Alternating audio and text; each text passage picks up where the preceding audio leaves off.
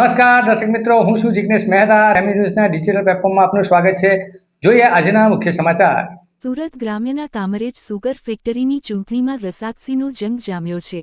વર્તમાન પ્રમુખ અશ્વિનભાઈ પટેલ સામે પૂર્વ પ્રમુખ જયેશ પટેલ મેદાને ઉતર્યા છે.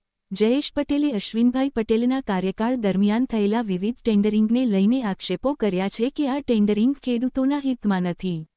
એક તરફ અશ્વિન પટેલ દ્વારા ઝંઝાવાતી પ્રચાર કરવામાં આવી રહ્યો છે, તો બીજી તરફ પૂર્વ પ્રમુખ જયેશ પટેલ પણ સમર્થકો સાથે ચૂંટણી મેદાનમાં સક્રિય બન્યા છે.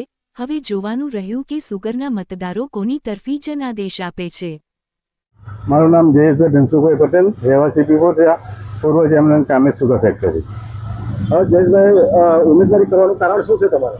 ઉમેદવારી કરવાનું કારણ પહેલું એક તો ફેક્ટરીની અંદર અત્યારે કામરેજ સુગર ફેક્ટરીની અંદર જે ખર્ચાઓ થઈ રહેલા છે ડેવલપમેન્ટના નામે, તો એ અત્યારે આ ખાણ ઉદ્યોગની પરિસ્થિતિ પ્રમાણે એ કરવા યોગ્ય નથી.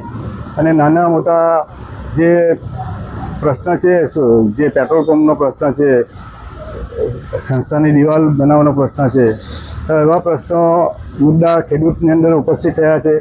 એને લઈને મારે આ ચૂંટણીમાં પૂર્વ પ્રમુખ અને આ સંસ્થાના સ્થાપક નવીનભાઈ નાનાભાઈની આગેવાનીમાં અમે ચૂંટણી લડવા જઈ રહ્યા છીએ. તો આ ચૂંટણીની અંદર સભાસદો અમને આવકાર આપે છે. ખાસ મુદ્દા એ છે કે કામરેજ સુગર ફેક્ટરીના સભાસદોની શેરડી કાપવાની જગ્યાએ બિનમંજૂરીની 76,000 ટન જેટલી શેરડી કાપી છે. એ બાબતે પણ સભાસદોમાં ખૂબ આક્રોશ છે કે અમે સંસ્થાના ખેડૂતો હોવા છતાં પણ અમારું સમયસર કાપણી થતી નથી. આવા અનેક ખેડૂતોના પ્રશ્ન છે. એ ખેડૂતોના પ્રશ્નનું નિવારણ કરવા માટે અમે અમારી ટીમ લઈને નવીન કાકાની આગેવાનીમાં આગળ વધ્યા છે અને લોકો તરફથી અમને પ્રતિસાદ મળી રહ્યો છે કે તમારા જેવા વ્યક્તિ આવીને આ સંસ્થાના ખેડૂતનું હિત કરો. એ માટે અમે આ સંસ્થાની અંદર ઝંપલાવ્યું છે.